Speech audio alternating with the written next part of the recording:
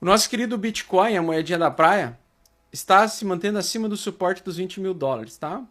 Então ele construiu um suporte, está tentando construir um suporte, está muito próximo de romper a média 8 semanal, tá? Então é muito importante que a gente consiga ver o rompimento dessa média 8 semanal nesta semana ou na próxima semana, indicando uma confirmação do bear trap de todos os outros mercados.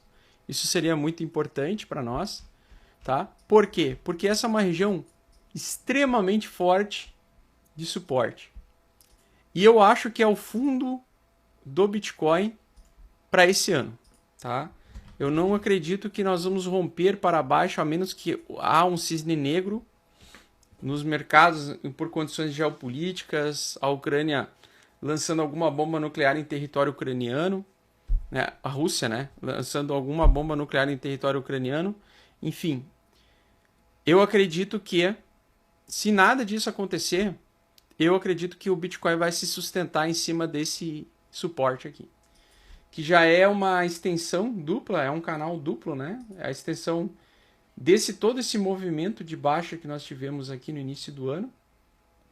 E agora a gente vai completar, está prestes a completar um ano de queda do Bitcoin. Tá? Em novembro, acho que é 12 de novembro que começou a queda do Bitcoin.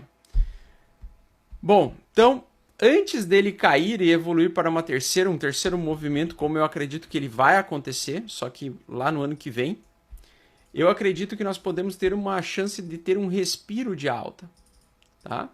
Por quê? Porque a confiança do dinheiro inteligente dos investidores que possuem mais capital, como fundos de investimentos, fundos quantitativos e assim por diante, eu acredito que eles podem entrar com força compradora em alguns ativos de risco para capturar a liquidez dos apostadores de baixa.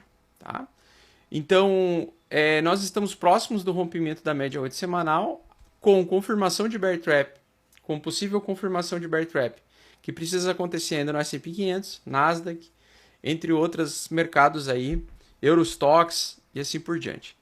Então nós temos basicamente a possibilidade de capturar um movimento contrário de alta até metade desse canal, que seria até os 25, 26 mil dólares. E se ele fosse até o canal superior lá, até o rompimento do suporte anterior, 38 mil dólares, né? Mas eu acho que mais provável seria até os 25 mil agora no curto prazo. Não sei se o mercado teria compra suficiente para levar o preço até os 38 mil. Acho mais difícil. Tá? Acho mais improvável. Mas até essa região aqui, existe essa grande possibilidade. Tá?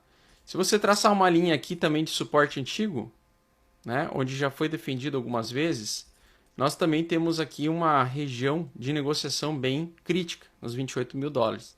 Então, entre 26 a 28 mil dólares seria um recuo que até poderia acontecer em questão de 8 semanas, desde que o mercado, na minha opinião, a macroeconomia melhore as condições e favoreça os investidores de risco, trazendo informações de que a inflação está sendo controlada.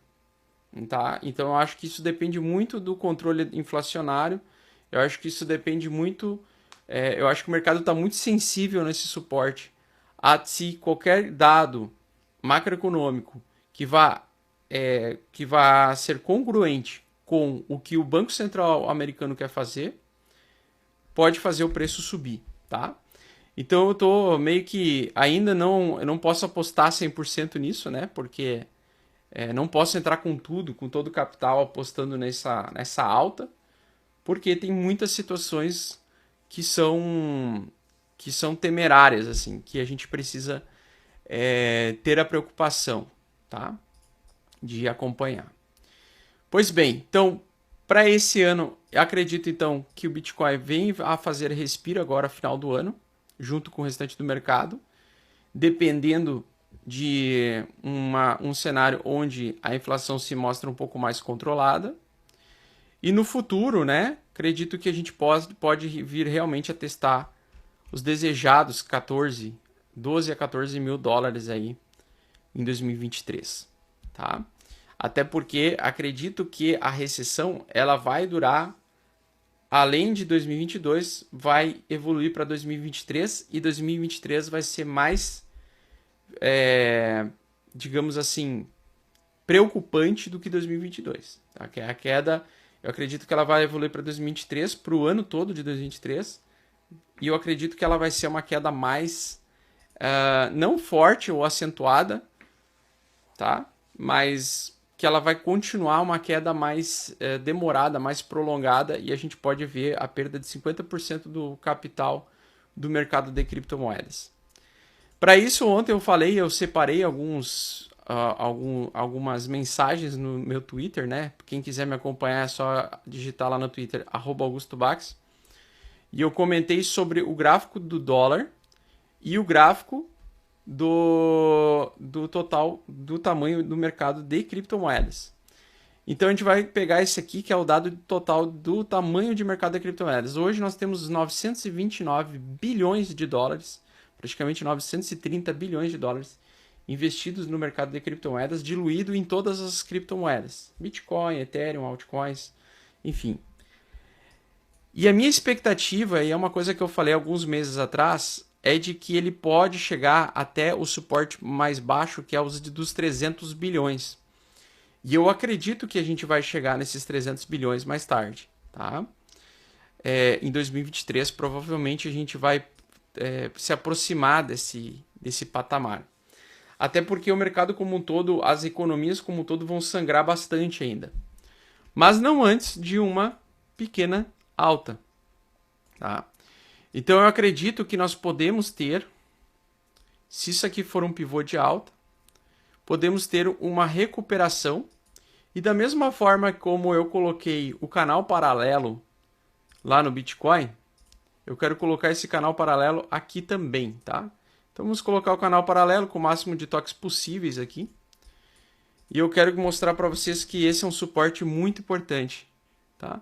Então esse suporte aqui, deixa eu ver, acho que eu fiz meio errado aqui. Vamos pegar aqui a totalidade do movimento com o máximo de toques possível, pronto. Aqui. Então se a gente colocar aqui, tá? Ele respeitou exatamente o suporte que esse canal projetado fez, tá? Então esse canal projetado, ele me direciona a seguinte possibilidade, que se a gente se defender esse suporte e os dados econômicos vierem favorecendo uma alta, nós podemos ver o mercado retornar ao 1,3 trilhões de dólares antes de fazer uma nova mínima, ou vir retestar esse fundo anterior aqui e possivelmente perder esse fundo anterior aqui lá para o ano que vem. Então o meu jogo aqui é acreditar que o suporte, deixa eu só ajustar aqui um pouquinho, pronto, que o suporte pode chegar nesse nível aí de 1,3 trilhões de dólares no curto prazo, entre outubro, novembro e dezembro, né? Iniciando então talvez janeiro com mais queda, tá?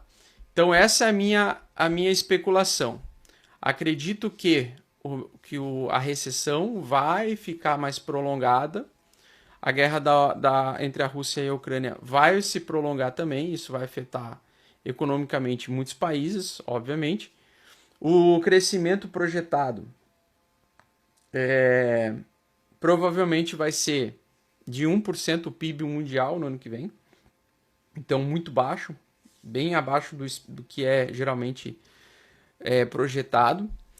E os países, como os Estados Unidos, estão passando por uma onda de descontrole inflacionário como se fosse um país emergente, né? Tá? Tem um detalhe muito importante que aconteceu ontem. O Putin assinou um decreto para tomar posse da maior usina nuclear da Europa, localizada na Ucrânia. Cara, bem complicado, tá? Eles querem, o Putin quer tornar propriedade federal essa usina que foi conquistada ali na usina nuclear de Zaporizhia, tá? Trata-se da maior usina nuclear da Europa e está controlada por tropas russas. Só que ela está sendo operada até agora por funcionários ucranianos. Então, basicamente, essa notícia aqui, ela caiu como uma bomba, tá? Por quê? porque isso traz mais instabilidade geopolítica, mais indicação de que o Vladimir Putin pode levar mísseis nucleares ou ogivas nucleares mais próximas aos territórios agora conquistados. E a situação ficou muito complicada com o domínio dessa usina nuclear de Zaporizhia, tá? Bom, além do russo, além do Vladimir Putin querer controlar a capacidade energética, uma grande parte da capacidade energética da Europa, nós temos ainda também o Pentágono afirmando que está fornecendo foguetes HIMARS para a Ucrânia para atingir, que podem até ser úteis para atingir a Crimeia. Ou seja, esses mísseis eles facilitam a ação ofensiva da Ucrânia para retomar os territórios perdidos. Com o aumento, então, dessa tensão geopolítica, dessa instabilidade geopolítica, isso é um dos fatores que me faz temer um possível crash, um possível evento que, em algum momento, a qualquer momento, poderia acarretar uma queda de 50% de todos os mercados dentro de um mesmo dia. Tá? Então, a instabilidade geopolítica é uma das coisas que mais me preocupam em relação a uma perda desse suporte, que eu acredito que é extremamente forte, né? Então, se não tiver algo no sentido de que promova um crash, eu não acredito que o mercado vai conseguir fazer a perda, vai ter vendedor suficiente para fazer a perda desse suporte para esse ano ainda. Tá? Então, ainda mantenho a opinião, pelo menos por enquanto, de que entre 18 e 20 mil dólares é o fundo do Bitcoin para esse ano.